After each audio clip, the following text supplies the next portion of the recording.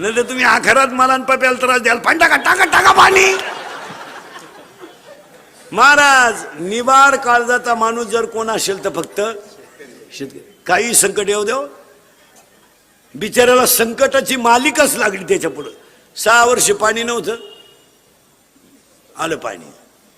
पाणी रोग संगच. एक पीक असं नाही सध्या का त्याला रोग नाही. एक एक एक पीक असं नाही का त्याला मिळालं खवाट फवारू फवारू. एक तर निम्या रात्री बायको शेजारी झोपलं आणि रातचं खाट हलवायचं. ते त्याची बायको म्हणली तुम्हाला काय झालं, तुम्हाला उद्या पंप आणायचा आहे. मग का खाट मोडी टाका.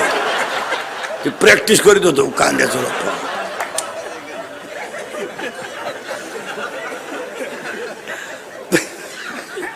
काय त्याचे पोर काय तसंच आहे. त्याचं पोर मोबाईल मुळे पागल झालंय. ते लगवीला गेला मोबाईल आला, चैन सुद्धा खोलली नाही त्यानं. अख्या बुटात पाणी गेलं खाली. पार ते माणसं निवार माणसं. 20 बाया घेतल्या कांदे लावायला त्यानं परदिशी.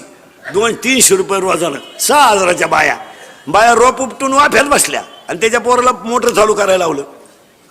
पाण्यात लावायचे कांदे. ते खोक्याजवळ गेलं कार्ट. 3 किलोमीटर होती नदीला मोटर. खोक्याजवळ गेला आणि त्याला फोन आला. मी त्याला बटन दाबून वावरात यावा का नाही, तसं वावरात आलं. पाणी कुठे त्याला परत गेलं तर लाईट गेली. दिले ना 6000 भरून.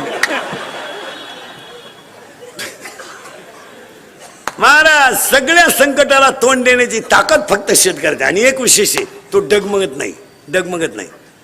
तुम्ही आत्महत्याचा विषय सोडा, आत्महत्याचा विषय सोडा, पण मानसिक टेन्शन न घेणारा प्राणी फक्त कोण आहे.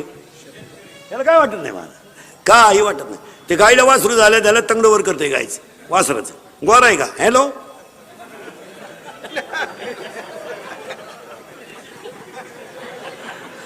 10 मिनिटात ये घेऊन जाय. तुम्हाला पैसे घाला, मी येतो संध्याकाळी जेवायला. पैशाच काय करते. विनोदाचा भाग सोडा. इतर माणसं संकट सहन करू शकत नाही. नाही कोणीच करू शकत नाही महाराज.